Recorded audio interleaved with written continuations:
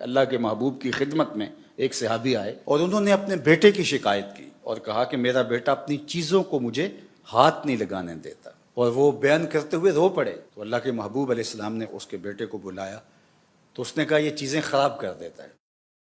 تو اللہ کے محبوب علیہ السلام نے تاریخی جملہ ارشاد فرمایا، انتا و مالک لابی کا، تو بھی اور تیرا مال بھی تیرے باپ کا ہے۔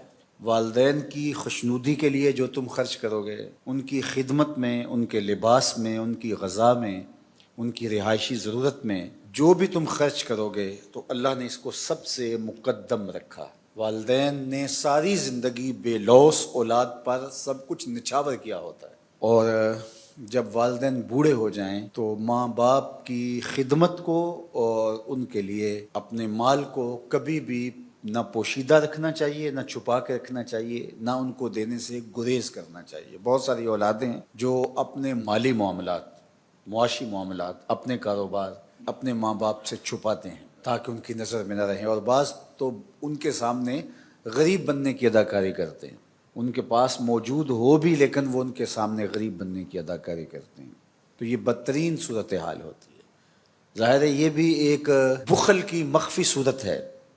انسان جب ہونے کے باوجود غریب بننے کی اداکاری کرتا ہے تو یہ بخل کی ایک مکارانہ شکل ہے کہ لوگ کہیں کہ یہ تو بیچارہ کسی قابل نہیں ہے، تو ماں باپ کے سامنے آپ کی کوئی چیز پوشیدہ نہیں ہونی چاہیے۔ تو فرمایا تمہارے مال کا سب سے زیادہ حقدار کون ہے؟ فللوالدین، یہ والدین کے لیے ہے۔ انہوں نے اپنا جگر کاٹ کے تمہیں کھلایا، اپنے کلیجے کی غذا تمہیں فراہم کی۔ والاقربین، اور دوسرا تمہارے قریبی رشتہ دار، اعزاء و اقربا۔ اعزاء و اقربا کی ضرورتوں کی تکمیل کرنا اور ان کے مشکل وقت میں کام آنا، یہ ہمارے دین نے ہمیں سکھایا ہے، چونکہ یہ وہ طبقہ ہے کہ جن سے ہمارا خونی یا دودھ کا رشتہ ہے۔ ان کی عزت نفس کو ملحوظ رکھتے ہوئے ان کی ضرورت کو پورا کرنا، یہ ہمارے دین نے ہمیں سکھایا ہے۔ والیتامى، اور تیسری چیز یتیم اور یتیموں کی کفالت، ان کی ضرورت کو پورا کرنا اور ان کی تکمیل کرنا۔ چونکہ جس کا باپ چلا جاتا ہے وہ دنیا کے اوپر جس قسم پرسی کے عالم میں مبتلا ہوتا ہے، یہ وہی جانتا ہے جو اس درد سے گزرے۔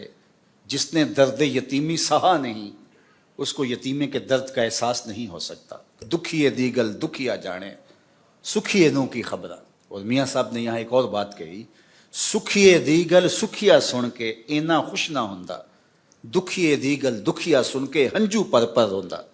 یہ بات ذہن میں رکھیے کہ یتیم کی کفالت کرنا، اس کی مدد کرنا، اسلام نے اس کی بھی تلقین کی ہے، لیکن اس سے بڑھ کر اس کی عزت نفس کا خیال رکھنے کی تلقین۔ کلا بل لا تکرمون الیتیم، کہا ان کا مسئلہ کیا ہے، یہ یتیموں کو عزت نہیں دیتے۔ تو تذلیل کسی کی نہ کی جائے، کسی کو بے عزت نہ کیا جائے۔ تو فرمایا کہ وہ تمہارا جو مال ہے وہ عزت کے ساتھ خرچ کیا جائے یتیم پر۔